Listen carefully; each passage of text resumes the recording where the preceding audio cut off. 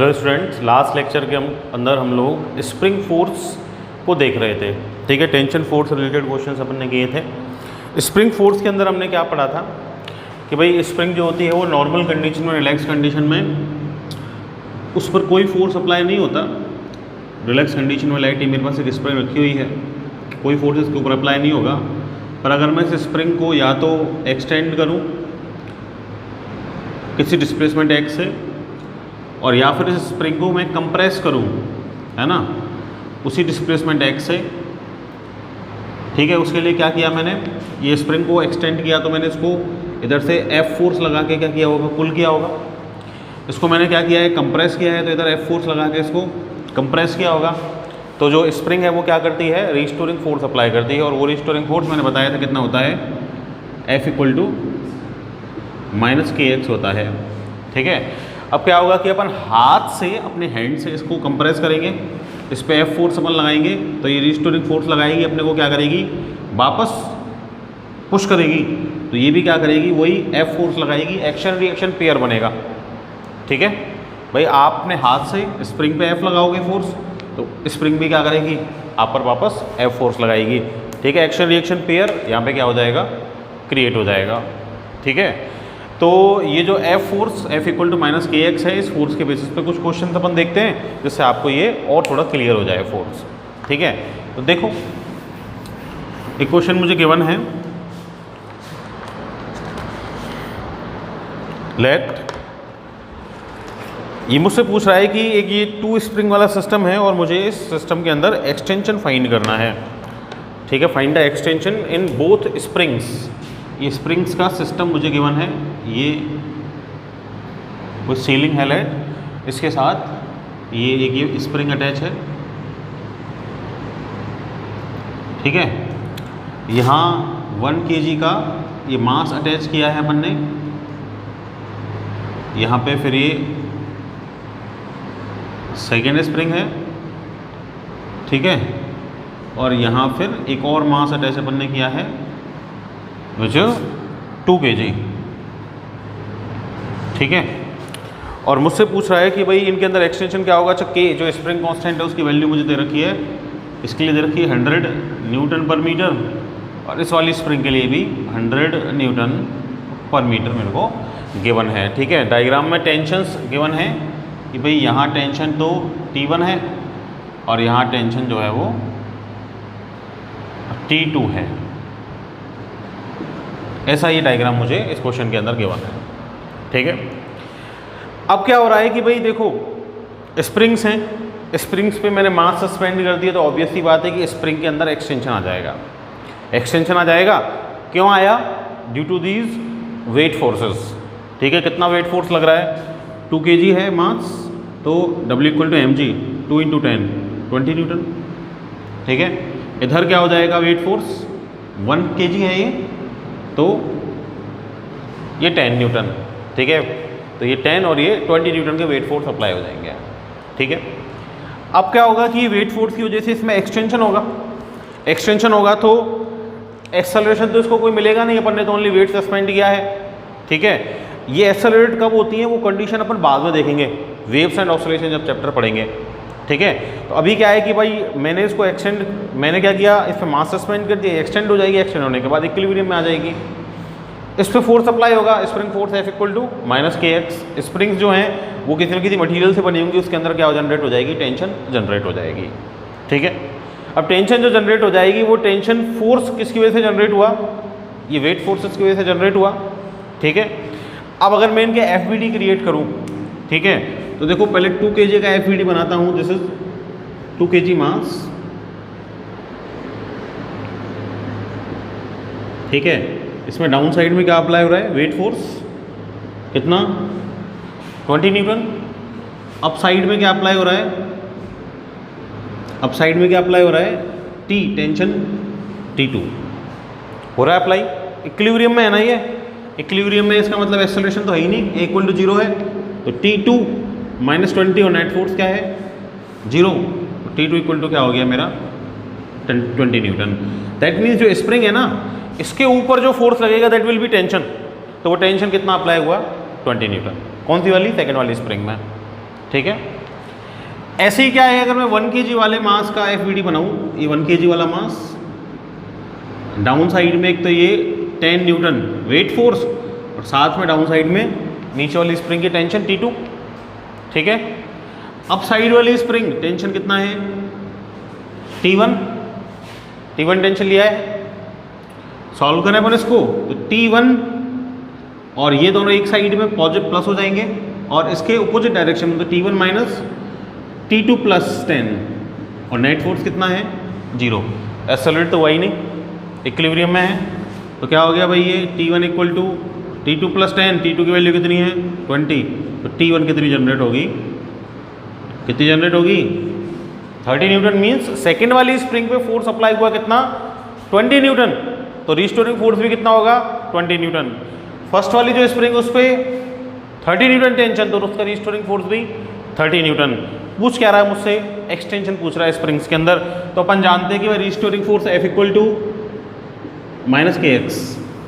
Spring 1 के लिए ले रहा हूँ ना मैं, स्प्रिंग 1, तो वहाँ F क्या है T1 tension, that is 30 newton equal to minus का KX, मैग्नीट्यूड निकालना मुझे तो, ठीक है। तो F इक्वल टू क्या हो गया KX, X इक्वल टू क्या हो जाएगा 30/100, X इक्वल टू क्या हो जाएगा 0.3 मीटर, ठीक है। ऐसी स्प्रिंग 2 के लिए निकाल दो भाई, सेम होगा, उस पर टेंशन F इक्वल टू वही KX हो जाएगा। कितनी टेंशन जनरेट हो रही है, कितनी है 20 newton, 20 equal to KX, X find करना है मुझे तो 20/100 कितना आ जाएगा 0.2 मीटर, ठीक है। दैट मीन्स जो फर्स्ट वाली स्प्रिंग है उसके अंदर तो 0.3 मीटर का एक्सटेंशन होगा और जो सेकेंड वाली स्प्रिंग है, सॉरी जो फर्स्ट वाली स्प्रिंग है उसके अंदर 0.3 मीटर का एक्सटेंशन होगा और जो सेकेंड वाली स्प्रिंग है उसके अंदर 0.2 मीटर का एक्सटेंशन होगा। तो इस तरह स्प्रिंग फोर्स का यूज करके क्या कर सकते हैं अपन, इस एक्सटेंशन को फाइंड कर सकते हैं, ठीक है। एक और क्वेश्चन देखें अपन इसी फोर्स से रिलेटेड, देखो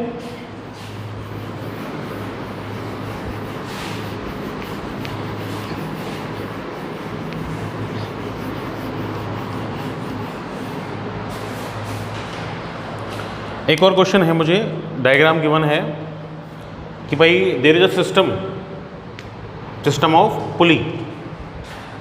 इस सिस्टम पुली के अंदर क्या है, ये अपना सरफेस है,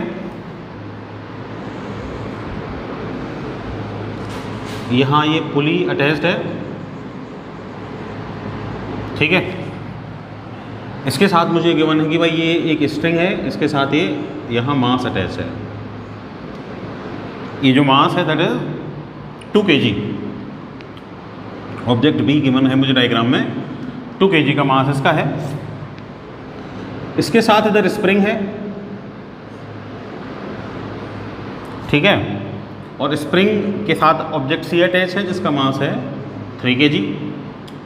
ऊपर जो अपनी स्ट्रिंग थी उस स्ट्रिंग का जो सेकेंड एंड है वो एक ऑब्जेक्ट A से अटैच है, एक ऑब्जेक्ट A से अटैच है, ये ऑब्जेक्ट अपना A, और ऑब्जेक्ट A जो है उसका मास मेरे को गिवन है 1 kg, ठीक है। और डायग्राम में ही मुझे गिवन है कि भाई ये टेंशन इधर, तो वो तो एक ही स्ट्रिंग है, कंप्लीट मास है नहीं, फ्रिक्शन बोल नहीं रहा मेरे को, तो कंप्लीट के अंदर टेंशन कैसी हो जाएगी, सेम हो जाएगी टेंशन ठीक है। अब क्या बोल रहा है कि भाई सबसे पहले पूछ रहा है मुझसे कि ये जो सिस्टम है ना, इसमें जो स्ट्रिंग है वो मासलेस है, इनएक्सटेंसिबल है, ठीक है, तो टेंशन जनरेट होगी, इनएक्सटेंसिबल है। तो फर्स्ट चीज़ मेरे से पूछ रहा है ए, मुझे फाइंड करना है क्या, acceleration of the system, acceleration of the system. Second जो मेरे से पूछ रहा है इसमें क्या पूछ रहा है कि भाई आप फाइंड करना है tension in the string, tension in string. और सी जो मुझसे पूछ रहा है इसके अंदर that is the extension in the spring if force constant of spring is K equal to 50। Extension पूछ रहा है, extension in spring if K equal to कितना है 50 न्यूटन पर मीटर, ठीक है। ये मुझसे बोल रहा है, ठीक है ना। अब क्या हो रहा है, एक्सेलरेट हो रहा है ये ऑब्जेक्ट, ये इस डायरेक्शन में मुझे बोल रहा है कि भाई एक्सेलरेट हो रहा है, ठीक है। तो एक्सेलरेशन साथ में क्या पूछ रहा है, टेंशन पूछ रहा है, और साथ में क्या पूछ रहा है, एक्सटेंशन पूछ रहा है। तो यहाँ पे मुझे क्या करना पड़ेगा, इक्वेशन बनानी पड़ेगी, ठीक है। अब देखो पहले तो वो देखते हैं अपन की फोर्सेस कौन कौन से अप्लाई हो रहे हैं। तो ये 3 kg पे वेट फोर्स, ये इधर 30 न्यूटन होगा अप्लाई डाउन साइड में। अब क्या होगा कि देखो ये तो नीचे जाएगा डाउन साइड में, सी एक्सेलरेशन से ही जाएगा, इस स्प्रिंग के साथ ये अटैच है, स्प्रिंग एक्सटेंड हो जाएगी। एक्सटेंड होने के बाद स्प्रिंग मोशन नहीं कर रही, लेकिन कंप्लीट सिस्टम तो नीचे जा रहा है, तो स्प्रिंग भी नीचे जा रही होगी कंप्लीट सिस्टम के साथ, ठीक है। तो क्या होगा कि भाई इसके अंदर एक्सटेंशन हुआ होगा x, तो इसमें क्या लगाया होगा, kx रिस्टोरिंग फोर्स। भाई इसने इसको पुल किया तो इसने रिस्टोरिंग फोर्स kx लगाया होगा, ठीक है। अब इसने रिस्टोरिंग फोर्स kx लगाया होगा, तो b को देखो, b का वेट फोर्स 20 न्यूटन, ठीक है। टेंशन T ऊपर है ही, ठीक है, और टेंशन T ही इस स्ट्रिंग में है, और ये 1 kg मास भी क्या हो रहा है, ए एक्सेलरेशन से कंप्लीटली आगे ट्रेवल कर रहा है, ठीक है। तो ये फोर्स यहाँ पे अप्लाई हो रहे होंगे। अच्छा, एक्सटेंशन इस स्प्रिंग के अंदर हो रहा है, इस स्प्रिंग के अंदर एक्स एक्सटेंशन हो रहा है, तो रिस्टोरिंग फोर्स इस मास और इस मास दोनों के साथ रहना चाहिए, तो रिस्टोरिंग फोर्स तो दोनों साइड लग रहा होगा, अप साइड में भी और डाउन साइड में भी रिस्टोरिंग फोर्स, क्योंकि एक्सटेंशन तो कंप्लीट स्प्रिंग में होगा दोनों साइड से, ठीक है। एफबीडी में बनाऊँ इनका फोर्स, मुझे पता चल गए। सबसे पहले सी के लिए एफबीडी बनाओ आप, this is see, down side में क्या है 30 newton, that is 3g weight force, 3 mass into g, ठीक है, W = mg। अप साइड में क्या है kx, जो स्प्रिंग का क्या है, रिस्टोरिंग फोर्स है, ठीक है। और फाइनली किधर जा रहा है अपना ऑब्जेक्ट, ए एक्सेलरेशन से डाउनवर्ड डायरेक्शन पर, और कोई फोर्स नहीं है। इक्वेशन बना सकता हूँ, 30 Newton downwards, kx upwards, finally कहाँ जा रहा है, डाउनवर्ड्स, लार्ज कौन सा हो गया 30। दिस इज इक्वेशन बनाऊँ 30 minus kx f1 minus f2, opposite direction है, इक्वल टू क्या हो जाएगा 3 × a, that is ma, f = ma, m कितना है 3 kg, ठीक है। इक्वेशन 1 आ गई। सेकेंड वाला ऑब्जेक्ट b, ऑब्जेक्ट बी को देखो, डाउन साइड में क्या क्या अप्लाई हो रहा है, तो kx स्प्रिंग का, और साथ में क्या अप्लाई हो रहा है 20 न्यूटन वेट फोर्स, और अप साइड में क्या अप्लाई हो रहा है, अप साइड में अप्लाई हो रही है टेंशन T, ठीक है। फाइनली किधर जा रहा है अपना ऑब्जेक्ट, ए एक्सेलरेशन से नीचे, kx 20 Newton downwards, T upwards, finally किधर जा रहा है, डाउनवर्ड्स। दीज फोर्सेस, ये फोर्सेस का सम इससे ग्रेटर होगा, ये दोनों सेम डायरेक्शन में, तो 20 प्लस kx सेम डायरेक्शन में फोर्सेस, और ये अपोजिट डायरेक्शन में, तो minus T equal to ma, m कितना है इसका, इसका मास है 2, तो 2a, ठीक है। इक्वेशन नंबर कौन सी आ गई, सेकेंड, ठीक है। थर्ड है अपना ऑब्जेक्ट A, उसके लिए एफबीडी बनाए अपन, दिस इज ऑब्जेक्ट A, इस पे क्या अप्लाई हो रही है, टेंशन, ओनली टेंशन, और कोई फोर्स अप्लाई नहीं है तो वेट फोर्स है इधर mg, रिएक्शन फोर्स हो सकता है ऊपर n, पर वर्टिकल डायरेक्शन में मोशन नहीं हो रहा, तो कैलकुलेशन में अपने कोई काम के नहीं है वो, ठीक है, तो इसलिए मैंने कंसीडर नहीं किए। T क्या करवा रहा है इसको, ए सोल्यूशन से आगे लेके जा रहा है, तो T F = क्या हो जाएगा ma, m कितना उसका 1 × a, इक्वेशन नंबर क्या हो गई थर्ड, ma m1 है उसका, ठीक है। तो देखो -t + t minus kx plus kx, ये कैंसिल आउट हो जाएंगे, तो एक ही वैल्यू आ सकती है इधर से, तो ऐड कर दूँ तीनों इक्वेशंस को, तो इक्वेशन 1 + 2 + 3 एक्सेलरेशन आ जाएगा, इक्वेशन 1 + 2 + 3 कर दो 30 minus kx plus 20 plus kx minus t and plus t equal to क्या हो जाएगा 3a plus 2a plus a, total कितना हो गया 6a, ये कैंसिल आउट हो जाएंगे, तो कितना हो गया 50 इक्वल टू क्या आ गया 6a, इक्वल टू क्या हो जाएगा 50/6 मीटर पर second square. This is the acceleration of this system. बात आई समझ में? अब क्या पूछ रहा है?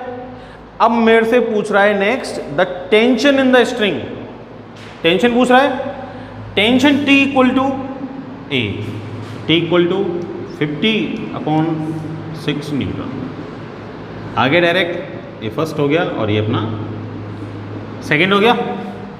थर्ड क्या बोल रहा है? Extension in the string if K equal to 50 newton. Extension पूछ रहा है। ये आगे इधर पुट कर सकता हूँ, एक्स ही तो फाइंड करना है extension. From equation 1 30 minus kx equal to 3a। की वैल्यू कितनी है? 50/6। ठीक है, क्या आ जाएगा? 225। तो दिस इज 30, ये 25 इधर आ जाएगा। 25 इक्वल टू क्या हो गया? kx कितना आ गया? ये x इक्वल टू 5/k की वैल्यू कितनी है? 50। x कितना आ जाएगा? 0.1 metre. This will be the extension in the spring. आई क्या बात समझ में? सिंपल ही है, सॉल्व कर सकते हैं अपन। ठीक है, तो दोनों टाइप के मैंने आपको बता दिए क्वेश्चन। एक में जिसमें कंप्लीट सिस्टम रेस्ट में था, इक्विलिब्रियम में था, एक जिसमें कंप्लीट सिस्टम मोशन में है। ठीक है, मोशन सिस्टम का हो रहा है, स्प्रिंग के अंदर नहीं हो रहा। स्प्रिंग ऑसिलेट नहीं कर रही। ठीक है, स्प्रिंग के ऑसिलेशंस अपन कहाँ पढ़ेंगे? ऑसिलेशंस एंड वेव्स पढ़ेंगे आगे सेकंड बुक के अंदर, वहाँ अपन देखेंगे। ठीक है, क्लियर हो गई बात? आगे चलें। देखो अब एक और फोर्स के बारे में हम पढ़ते हैं। ठीक है, जिसके बारे में मैंने पहले भी डिस्कस किया था थोड़ा सा, दैट इज सूडो फोर्स। ठीक है, सूडो फोर्स के बारे में थोड़ा सा हमने पहले बताया था। कहाँ बताया था? जब इनर्शिया पढ़ाया था तब बताया था। बताया था क्या? बताया था कि जो भी, अच्छा, दो टाइप के फ्रेम ऑफ रेफरेंस अपन ने पढ़े थे। कौन कौन से? इनर्शियल और क्या डिफरेंस था दोनों में? इनर्शियल फ्रेम ऑफ रेफरेंस वो फ्रेम ऑफ रेफरेंस होता था जिसमें ऑब्जेक्ट का वेलोसिटी या तो जीरो है, ठीक है, स्टेशनरी है, और या फिर वेलोसिटी कैसा है? कांस्टेंट है। उस फ्रेम ऑफ रेफरेंस को अपन क्या बोलते थे? Inertial frame of reference. और इनर्शियल फ्रेम ऑफ रेफरेंस क्या करता था? न्यूटन्स के लॉज को फॉलो करता था। ठीक है, इनर्शियल फ्रेम ऑफ रेफरेंस में आपके ऊपर कोई सूडो फोर्स नहीं लगता। सूडो फोर्स कहाँ लगता था? Non inertial frame of reference में। Non inertial frame of reference वो होता था जो एक्सेलरेटेड होता था या फिर रोटेटिंग होता है। कोई भी फ्रेम ऑफ रेफरेंस, उसको अपन क्या बोलते हैं? Non inertial frame of reference बोलते हैं। दोनों ही किसके रेस्पेक्ट में है? किसी इनर्शियल फ्रेम के रेस्पेक्ट में है। मतलब भाई फ्रेम ऑफ रेफरेंस तो आपके लिए होता है, डिस्कस किया था, याद है ना काइनेमेटिक्स के अंदर। कोई भी फ्रेम ऑफ रेफरेंस तो आपके लिए होता है ना। आप जिस फ्रेम के अंदर ऑब्जर्व कर रहे हो ऑब्जेक्ट को, वो फ्रेम ऑफ रेफरेंस होता है। ठीक है, तो आप कहीं खड़े हुए हो, तो आपकी वेलोसिटी जीरो है, तो आपका frame of reference inertial frame of reference है।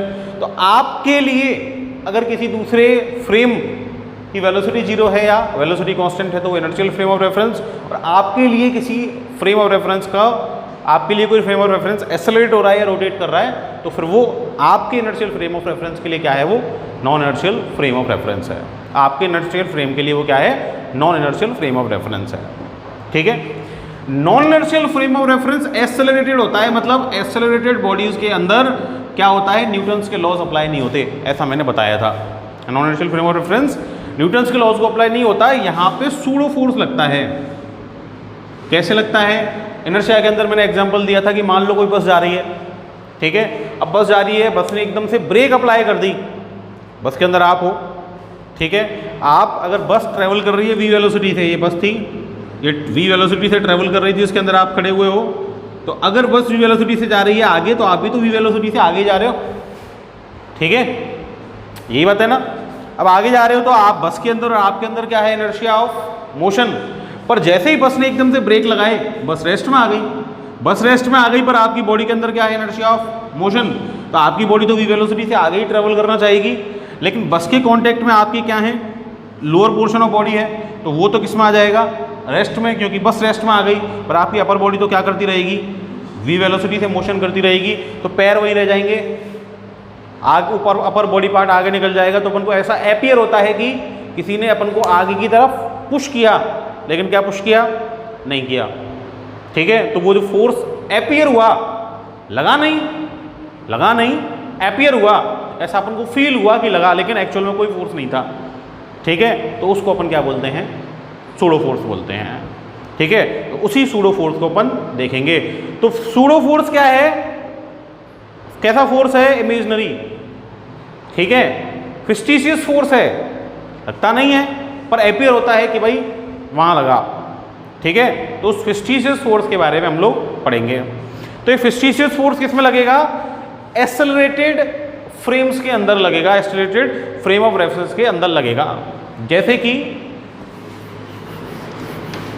एक एग्जांपल तो मैंने दे दिया आपको इनर्शिया वाला, कोई ये सेम मान लो व्हीकल है, ये ए एक्सेलरेशन से आगे जा रहा है, इसके अंदर ये एक पेंडुलम अपन ने क्या कर रखा है, सस्पेंड कर रखा है, ठीक है। अगर ये ए एक्सेलरेशन से आगे जाता है, कंप्लीट ये फ्रेम हो गया पूरा जिसके अंदर ये है, ये व्हीकल का जो इंटरनल एनवायरनमेंट है वो मैंने क्या ले लिया, एक फ्रेम ऑफ रेफरेंस मान लिया। तो वो फ्रेम कंप्लीट क्या हो रहा है, एक्सेलरेट हो रहा है, ये एक्सेलरेशन से आगे जा रहा है, ठीक है। ये एक्सेलरेशन से आगे जा रहा है मतलब एकदम, ये बस थी, खड़ी हुई थी, स्टेशनरी थी, एकदम से चलने लग गई तो एक्सेलरेट हुई ना, एकदम से चलने लगी तो एक्सेलरेट हुई, तो वो क्या हो गया, उस समय वो क्या हो गया, non inertial frame of reference हो गया। तो उस समय नॉन इनर्शियल फ्रेम हो गया, तो उस टाइम क्या होगा कि इस पर, ये जो ऑब्जेक्ट इसके अंदर है, इस पर एक फिक्टिशियस फोर्स लगेगा, किधर लगेगा, बैकवर्ड डायरेक्शन में। मतलब अगर फ्रेम आगे जाएगा तो फोर्स किधर लगेगा, पीछे।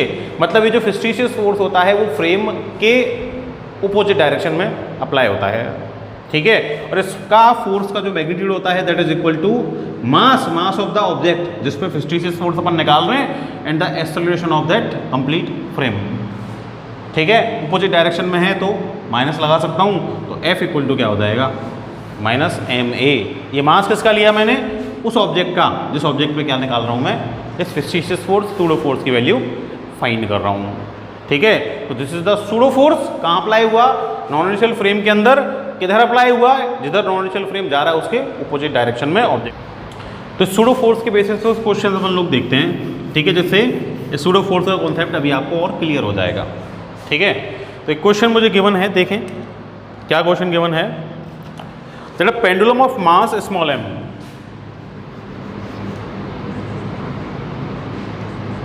a pendulum of mass small m is suspended from the ceiling, is suspended from a ceiling of a train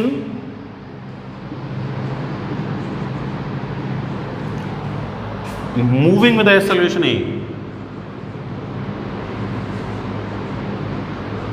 moving with acceleration a,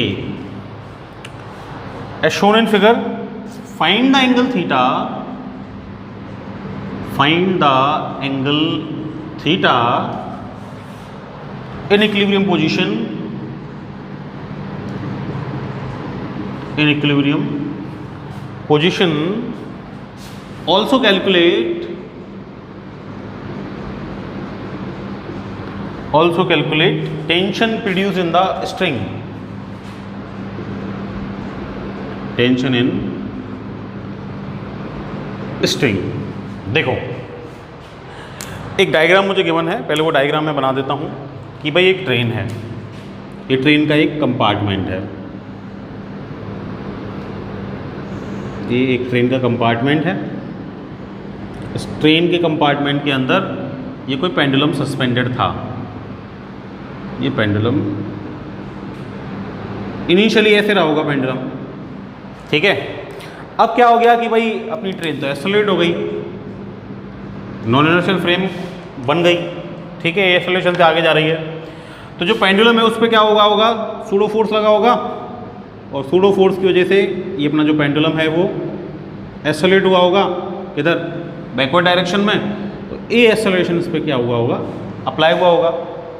अब जो पेंडुलम है ना वो मास उसका स्मॉल m है, तो इस पर कितना फोर्स लगा होगा बैकवर्ड डायरेक्शन में, F = ma, ठीक है, फ्रेम के अपोजिट डायरेक्शन में, ठीक। डाउन साइड में क्या लगा होगा,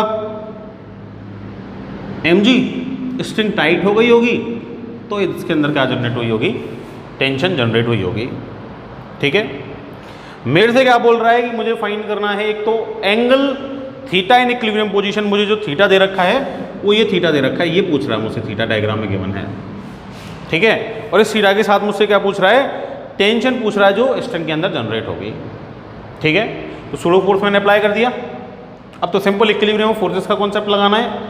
देखो इसको डायग्राम को इधर बना लेता हूँ मैं, ये अपनी इनिशियल कंडीशन थी, ये अपनी सीलिंग हो गई जिसके साथ ये सस्पेंडेड है, ये अपनी स्ट्रिंग, ये पेंडुलम अपना, ये डाउन साइड में mg, बैकवर्ड डायरेक्शन में ma, ये फोर्स अप्लाई हो जाएंगे, ये थीटा है, अच्छा इधर tension t, this theta, so this is also theta, parallel line या ड्रॉ कर दूँ, ठीक है, अल्टरनेट एंगल हो गया।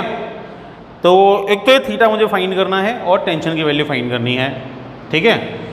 तो देखो ये थीटा है तो ये टेंशन का कंपोनेंट इधर क्या हो जाएगा, t cos थीटा, भाई इस एक्सिस के साथ एंगल गिवन है, इधर t cos थीटा, इसके परपेंडिकुलर डायरेक्शन में टेंशन का कंपोनेंट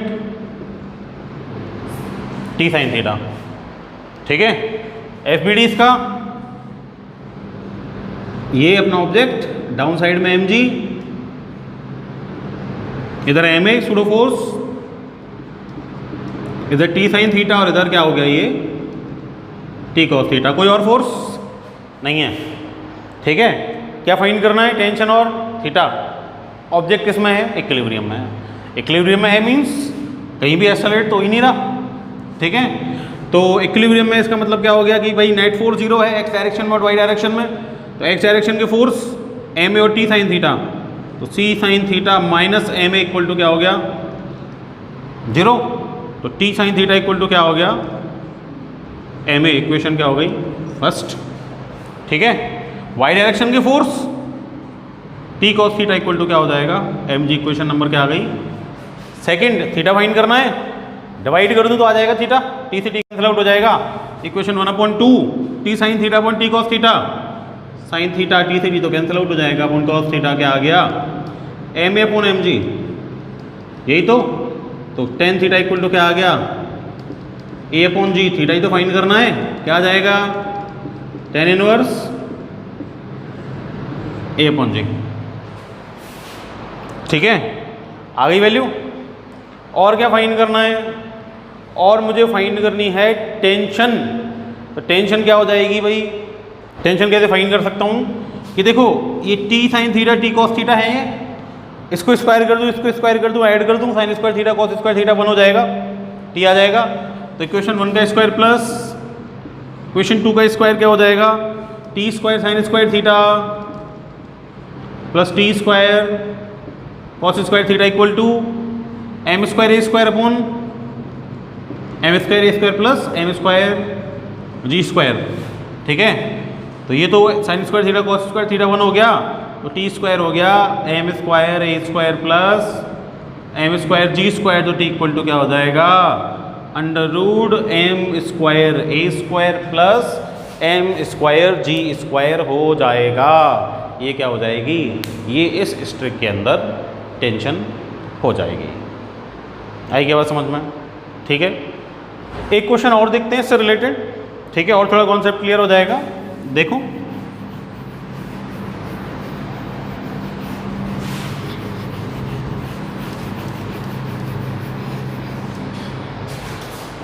एक क्वेश्चन मुझे गिवन है दैट, एक डायग्राम दे रखा है मुझे, है ना, ये डायग्राम मुझे गिवन है कि भाई ये अपना इंक्लाइन प्लेन है एक, ठीक है, ये अपना इंक्लाइन जो है, इस इंक्लाइन का ये एंगल मुझे गिवन है थीटा, ठीक है।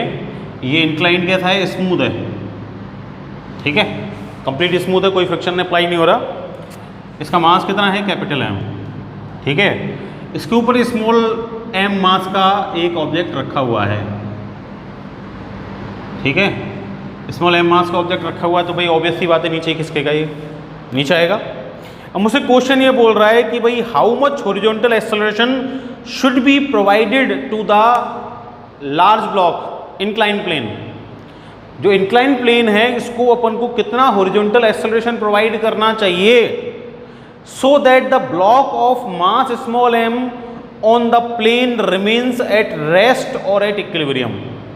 मतलब मेरे से क्या पूछ रहा है कि ये जो है ना इंक्लाइन, इसको कितना एक्सेलरेशन दूं मैं हॉरिजॉन्टल, ये एक्सेलरेशन दूं मैं जिससे जिसके ऊपर जो मास रखा हुआ है ना स्मॉल m वो कैसा रहे, स्टेबल रहे, इक्विलिब्रियम में रहे। पहली बात तो क्या है देखो कि इसके मैं अगर फोर्स देखूं कि इसको नीचे कौन लाएगा, नीचे कौन लाएगा इसको, देखो ये m मास है, इसके अंदर weight force mg, weight force mg। अब वेट फोर्स mg है तो क्या होगा कि भाई ये थीटा है, कंपोनेंट करो इस mg के, this is theta, this is also theta, ठीक है। कैसे कैलकुलेट करना मैंने बताया था, इसको आगे कर दूं, ये 90 90 माइनस थीटा, ये कंप्लीट 90 हो जाएगा तो ये थीटा हो जाएगा, ठीक है। ये थीटा हो गया तो कंपोनेंट कर सकता हूँ क्या इसके, इधर तो हो जाएगा इसका कंपोनेंट mg cos थीटा, इधर इसका कंपोनेंट क्या हो जाएगा mg sin थीटा। तो इसका मतलब इसको नीचे कौन ला रहा है, mg sin थीटा, इसको इंक्लाइन प्लेन पे से मूव करवा के नीचे ला रहा है, ठीक है। किस में रहना चाहिए, ये इक्विलिब्रियम में रहना चाहिए, इक्विलिब्रियम में रहना चाहिए, इसका मतलब इस पर फोर्स एक किधर लगना चाहिए, बैकवर्ड डायरेक्शन में फोर्स लगना चाहिए। वो कैसे लगेगा ये पूछ रहा है, बोल ही रहा है खुद क्वेश्चन में कि भाई कैपिटल M मास को एक्सेलरेट करेंगे अपन। अगर इस कैपिटल M मास को मान लो इधर एक्सेलरेट कर दूं मैं, कैपिटल M मास को जिस लार्ज वाला इंक्लाइन प्लेन है उसको इधर एक्सेलरेट कर दूं मैं, एक्सेलरेट करूंगा तो ये क्या बन जाएगा, नॉन इनर्शियल फ्रेम, ठीक है। तो ये जो स्मॉल m मास है इस पे सूडो फोर्स इधर लगेगा बैकवर्ड डायरेक्शन में, तो वो तो इसको और उल्टा नीचे लेके जाएगा, ठीक है। मेरे को इसको यही रोकना है, इसका मतलब इस पे सूडो फोर्स इधर लगना चाहिए स्मॉल m पे बैकवर्ड डायरेक्शन में। इसका मतलब अपना जो इंक्लाइन प्लेन है लार्ज वाला उसको अपन को किधर एक्सेलरेट करना पड़ेगा, आगे फॉरवर्ड डायरेक्शन में, ठीक है। उसको अपन ये एक्सेलरेशन से आगे क्या करेंगे, एक्सेलरेट करेंगे, तो स्मॉल m मास पे जो सूडो फोर्स है वो किधर लगेगा, सूडो फोर्स किधर लगेगा, इस डायरेक्शन में लगेगा। और ये सूडो फोर्स कितना लगेगा, स्मॉल m मास है तो pseudo force will be small m है, ठीक है। अब स्मॉल m में होना चाहिए, लेकिन मुझे किसको बैलेंस करना है, नीचे आने से रोकना है इसको, mg sin थीटा को। तो इस ma का कोई कंपोनेंट जो mg sin थीटा के अपोजिट डायरेक्शन में होगा वो नेट फोर्स को क्या कर देगा, जीरो कर देगा, ठीक है। तो इसका कंपोनेंट इसके अपोजिट डायरेक्शन में मतलब इधर क्या होगा, देखो ये थीटा है, ये complete 90, this is 90 minus theta, this is 90, this is 90 minus theta, then this will be theta. तो ma का कंपोनेंट इधर क्या हो जाएगा, ma cos theta, this is the component of pseudo force, ठीक है। अगर ये ऑब्जेक्ट इक्विलिब्रियम में रहे तो उसके लिए क्या होना चाहिए कि भाई ma cos theta up side में, mg sin theta down side में, अपोजिट डायरेक्शन हो गई दोनों की, अपोजिट मतलब f1 माइनस f2, और नेट क्या होना चाहिए, zero. That means ma cos theta must be equal to mg sin theta, ठीक है। तो a इक्वल टू क्या होना चाहिए, m से m कैंसिल आउट हो जाएगा, a must be what, sin theta upon cos theta, that means a must be what, tan theta. जो एक्सेलरेशन है वो किसके इक्वल होना चाहिए, वो tan थीटा के equal, sorry g tan theta. तो जो अपना एक्सेलरेशन है वो g tan थीटा के इक्वल होना चाहिए। अगर वो g tan थीटा के इक्वल होगा तो अपना ऑब्जेक्ट किसमें रहेगा, इक्विलिब्रियम में रहेगा। तो this is the example of pseudo force. आ गया होगा बात समझ में कि स्प्रिंग फोर्स और सूडो फोर्स को अपन को ऑब्जेक्ट पे कैसे अप्लाई करना है, ठीक है। That's all for today. Next lecture के अंदर और कुछ क्वेश्चंस कंबाइंड करके अपन सारे फोर्सेस को करेंगे। Thank you.